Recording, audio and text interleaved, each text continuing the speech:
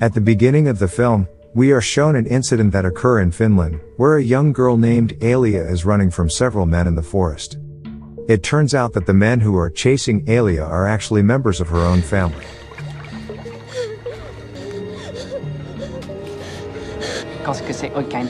She then plunges into the lake, but the men manage to catch her before she drowns. After that, the scene moves to a bank where a man named Rex is waiting in line for a certain purpose. Not sure why he's there, but it's clear that he's there to see Maddie, his crush.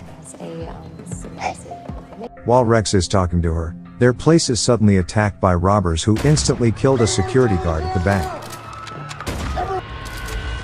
As a result, the situation, which was previously calm, has now become tense. Rex then notices a gun in a woman's bag, but the woman can't do anything because it is too risky for her to act in such a dangerous situation. When everyone is under threat, Rex suddenly behaves strangely, where it looks like he tries to hold his emotions in order not to act rashly. But something unexpected happens, where the woman's bag containing the gun is suddenly thrown, and lands right on Rex's lap. After that, the scene moves to a courtroom. Not sure what has happened, but Rex is suddenly sued by the judge for slaughtering all of the robbers at the bank earlier. Despite the fact that he saved many lives during that incident and is considered as a hero, but he's still sentenced to 8 years in prison. 8 years later, we are shown Rex, who has been released from prison, staring at a magazine that has a picture of his own face. For the time being, it appears in the magazine that he is still considered as a hero due to his heroic acts 8 years ago. After Rex gets out of prison, he is not being shunned by society, but instead he is always noticed by the public and chased by reporters. This of course makes Rex feels uncomfortable, and it is at this point that his own conscience or a different side of himself appears in the physical realm. As we can see, his alter ego has a more emotional nature than himself. Fuck off! Fuck out of here! As soon as Rex realizes he can no longer bear their presence, he gets to his feet and throws his desk at the entire group. But in reality, it is all just his imagination acting as a release for his emotions due to his current stress. Although Rex is widely regarded as a hero, but still there are some people who don't like his heroic efforts and regard him as a psycho twat. Rex then goes to see his friend and says that he is fed up with his life now, which is no longer normal because so many people are drawn to him. As a result, he finally decides to leave the city where he lives now and move to Finland. Plus, the reason Rex wants to go to Finland is very rational, because when he was in prison, he shot a spitball and it landed right in Finland. After that, the scene moves to a forest which shows a man running from the pursuit of several people. The people who are chasing the man look like the people at the beginning of the film. This means that this entire incident takes place in Finland, which will also be Rex's next destination. The man is then forcefully pulled by a strong creature that sounds terrifying. We back to Rex. He is now already at the airport, and as usual there's a guy who starts to record him. Moreover, Rex also notices that there's a husband and wife who are keeping an eye on him. When things start to get noisy again and people start filming him, he becomes more and more annoyed, and he eventually decides to go to the restroom. However, it appears that the couple's husband is already in the toilet, and is staring at Rex while he is peeing in the restroom. And when Rex returns to his seat, the strange couple's wife gives him a creepy smile. After Rex arrived in Finland, he is waiting for a taxi, and from a distance there is a taxi driver is watching him. The taxi driver immediately cuts through another taxi line and stops right in front of him. When Rex is in his taxi, the driver then releases the anesthetic gas, which causes him to become unconscious and eventually pass out. Hey, excuse me? Hey! Hey! Hey, what the fuck? The scene then moves to a house, where a family is seen preparing dinner and they don't look suspicious at all. The only thing that will surprise us is when we see Rex, who has already been kidnapped and tied in the basement of their house. At this moment, Rex's hands are tied and one of his legs has been amputated. Rex, who has just realized this, tries to scream, but is stopped by someone. It turns out that the person is Rex's conscience, who tells him to keep his mouth shut. After that, he represents Rex to release his emotions by screaming for what has happened to him.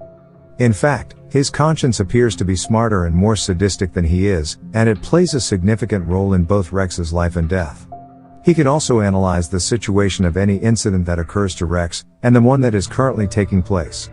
After completing the observation, his conscience concludes that the perpetrators of his current incident are the strange husband and wife couple from the airport. When Rex is crying with his condition, his conscience can't stand it and starts thinking of ways to get out of there. However, because of the strength of the tie that binds his hands, his conscience has other plans for ensuring his survival. According to his conscience, if the perpetrator suddenly appears, he must pretend to be unconscious. Furthermore, after noticing lots of bicycles around him, the alter ego assumes that the perpetrators who kidnapped him are a family.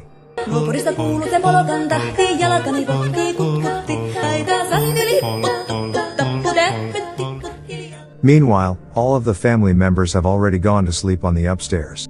But the youngest child in the family named Olavi isn't yet asleep, and he is curious about their victim this time. Rex, who hasn't had enough time to untie the rope yet, tries to do so with his teeth. The young boy, on the other hand, decides to go down to the basement where Rex has been held. After the young boy enters the room on the ground, Rex immediately pretends to be unconscious. Rex then finds out that the person who came is just a child, so he comes up with a plan, which is to make the child as an insurance policy to get him out of that place. He tries to persuade Olavi to come close before kicking him in the face with his amputated leg and flanking him with both thighs. Not long after, his sister realizes that her little brother is not in bed, so she decides to look for him in the basement. It turns out that this woman's name is Alia, and she is the young girl who has tried to run away from several men before this. This explains that it is her family who are kidnapping Rex at this time. At this point, Rex threatens to break the boy's neck if Alia attempts to kill him. But since Rex is too panicked about his own safety, he accidentally let go of Olavi, which makes him lose his guarantee to get out of there. When Olavi is found unconscious in the room, the psychopath family rushes him to the hospital. The mother then slaps Alia because she thought that Alia has hurt her little brother. At this point, we can conclude that Alia has a different nature than her family, and that she could be a great opportunity for Rex to get out of there. The opportunity is bolstered when Alia suddenly smiles and imagines herself married to Rex, which means that she is attracted to Rex at first sight. Since her family is in the hospital, Alia immediately goes downstairs to see Rex and begins to treat his leg. Alia then expresses her feelings to Rex. I'm Alia. I like you. It is at this point that she starts to tell the story of how her family began to kidnap people and make them as food for her eldest brother. Since the birth of her first brother, he has already been suffering from a disorder that causes him to crave and eat the human flesh. This was proven by the fact that he started biting his father when he was a baby. Therefore, since that incident, her family began to kidnap people to satisfy his eldest brother's hunger, although Alia didn't agree with it.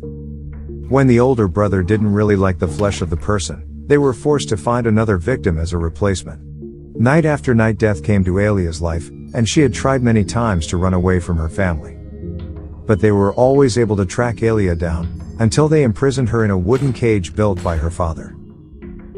After telling the story, Alia begins to feel sorry for Rex and leaves the knife on the floor. She then asks Rex to take the knife himself. But when Rex manages to get it and tries to cut the rope, Alia's three brothers suddenly appear and intend to execute Rex right away. Rex then immediately pretends to be unconscious, and his plan is successful because the brothers cancel their intention.